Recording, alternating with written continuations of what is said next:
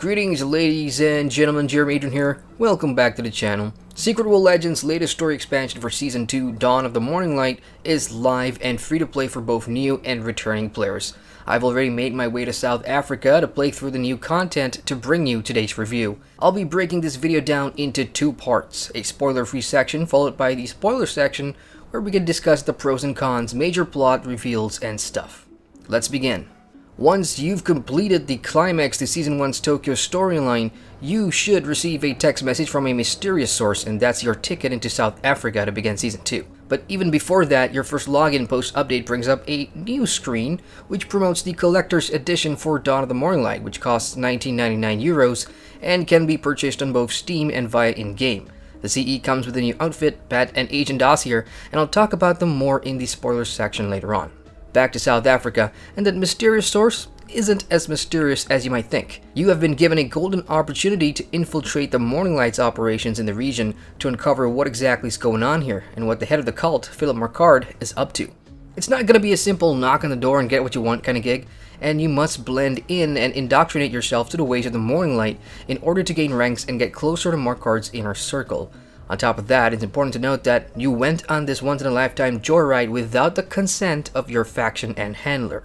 The entirety of the new map takes place within New Dawn, a three-tiered compound that's isolated from the outside world, and it is here where the Morninglight sends its recruits to get radicalized in the ways of the cult. Since communications are nada, players won't be able to communicate with their faction handlers and must work with an inside source to climb up the ladder. You start as a foundling, the lowest of the low in the New Dawn community, with crappy accommodations and even crappier tasks. You'll need to complete missions and side missions during the day to earn ascension points as you progress the main story of Season 2. As a foundling, you'll be doing cleaning, farming, and office boy tasks, which is new for the game. Once you hit a certain threshold of points, you can then move on to the next tier of the New Dawn map, which also means you've been promoted to Anointed, which comes with a new colored jumpsuit and slightly better quality of life. This is pretty much how the progression works here for some achievements, and it's quite a slow journey to make the highest rank through earning points. It's going to take a lot of repeatable daily side missions and action missions, which helps with immersion, I guess.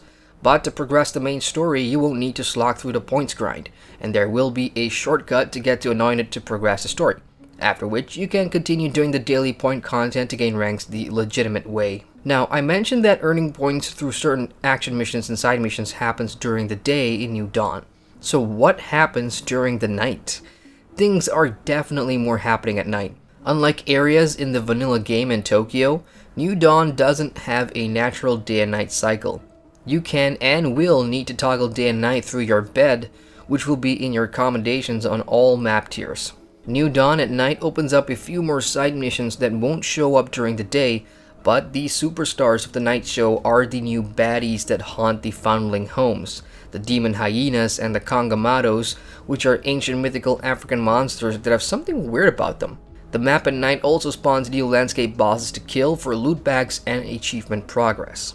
From a story perspective, and without giving away too much, Dawn of the Morninglight gives us a pretty great insight into what makes the Morninglight cult tick, and who leads them. The voice-acted cutscenes continues, thankfully, and the new lore is really fun to dig into, as it's such a fresh avenue to explore outside of the Orochi group and the filth that we've had for years. More importantly, however, both the lore and the story here does tie up some loose ends, especially regarding some major key characters in Tokyo, and even one from Solomon Islands, which is a great tidbit. At the very end, we even get a major setup into the next region that we'll be heading into. As for content, Dawn of the Morninglight offers 7 tiers of main mission, each made up of completing a total of 6 action and sabotage missions, in addition to 12 side missions. There are no investigation missions in this expansion yet, and there should be more missions added really soon, as Funcom has said in pre-release interviews that Season 2's content will be a staggered release.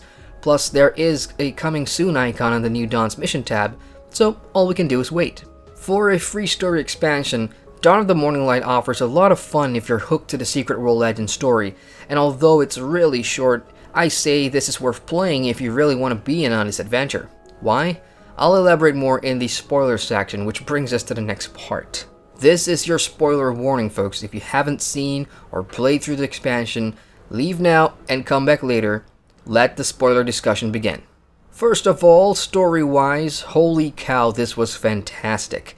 The Morninglight angle really explored the cult in ways that adds more meaning to their existence in-game since vanilla. That mysterious text message comes from Che Hansen, the hippie dude from Kingsmith, and this expansion really sheds some light on who he really is and why he's helping us get inside the Morninglight. We know from Tokyo and playing through the Nightmare of a Dream Palace story arc that Shay was involved in getting John to detonate the bomb, and Shay feels like he's been used by the Morninglight and wants to know more about his mission with John. It turns out he's been played. They used him as an enabler, and he feels guilty about his role in all of this because he and John got really close. And I love seeing that loose end tied up in this story here. While uncovering the mission secrets for Shay, we even got more lore tidbits on Beaumont, and it's an intriguing bit of info that kinda confirms that he is a god to us players that have probably guessed this for many years now, and I wonder if there's more to this story and if it's really dead or will be coming back in the future. The main focus of this expansion, however, is on Philip Marquard himself and the journey to get inside his mansion at the highest tier of the New Dawn map. I like the little lore reveals about him and his operation the closer we get to the mansion, and it turns out he is another power player that's in the good books of the Sleeping Ones. He's a collector of antiques and mythical beings too, which explains all the creepy new shit we see in this expansion, from experimenting on hyenas and kangamotos, and even capturing another ancient South African horror, the Iga Muksa, to experiment on, creating 3 human flesh-eating brothers, and that mission was such a blast to play through. One of my favorite parts of the expansion was when the communications came back up midway through, after killing one of the 3 Igamuksa brothers whose special ability was to jam the comms. And boy, the shitstorm that followed from my faction handler for going off the radar was epic. What's even better was that for the first time ever, faction handlers entered the playfield. I was so shocked to see my beloved boss Kirsten Guri walk through the Agartha portal in South Africa to rip me a new one, and that was a special moment. As for big plot reveals, the first comes when you reach Marquard's mansion gates for the first time. After clearing security, boom, something ancient pops out and I was genuinely shocked. A Tyrannosaurus Rex? Wow.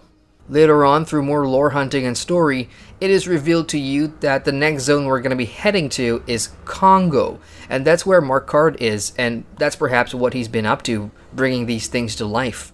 So while ultimately the mission was a bust as Marquard isn't home, we do uncover more secrets and meet an old friend in Berryhoon, who has close ties to the Morninglight and Marquard. Spoiler alert, you fight him and he dies. I genuinely had so much fun with the story in this expansion, and that is the biggest pro. The writing maintains its usual top-notch quality, but other areas seem to degrade somewhat, like presentation for example. Cutscenes are just not what they used to be. While I do appreciate the excellent voice acting as always, some of the early cutscenes suffer frame rate issues, and there's a lot of choppiness that makes it hard to watch at times. You can just look at some of the Tokyo cutscenes in comparison to see what I'm talking about. And that's not really as big an issue as compared to actual performance issues in the New Dawn map. For such a small and close compound, the new area performs worse on my machine than Tokyo does, which is hard to believe. The upside here is the new music, which is pretty great, in addition to the atmosphere, especially at night. And speaking of maps, New Dawn is small and confined, and with all the story content here, it took me less than 4 hours to complete the expansion on one playthrough. Unfortunately, yes, it is that short, and while I found the story to be satisfying, I still think the small compound should have more things to do in it than we have now at launch. The good news is there's already NPCs in the area that you can talk to, which means more missions will be added over time. Shame it's not the big chunky content update I wanted though, as there's no new group content either. As for the content itself, the combat missions involving the new monsters are a walk in the park. If I'm being honest, the content and mobs are easier to overcome here compared to Tokyo. The night mobs die pretty quickly, while boss mobs do have their HP and mechanics beefed up. Either ways, players won't have any trouble at all questing in New Dawn. I went in with a total item power of 430, and I'd say you'd still be comfortable if you're a new or a returning player coming in with less than that. And finally, Funcom has brought back the Collector's Edition offering as we talked about at the beginning of the video, And the €19.99 ask is for everyone, including subscribers and grandmasters, and that's the way it used to be even back in TSW, although those of us that are subbed or were lifers did get that monthly stipend to buy the collector's editions. So is it worth the money?